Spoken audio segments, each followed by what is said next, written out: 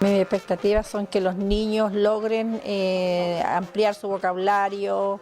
ellos se comuniquen mejor, desarrollen al máximo el lenguaje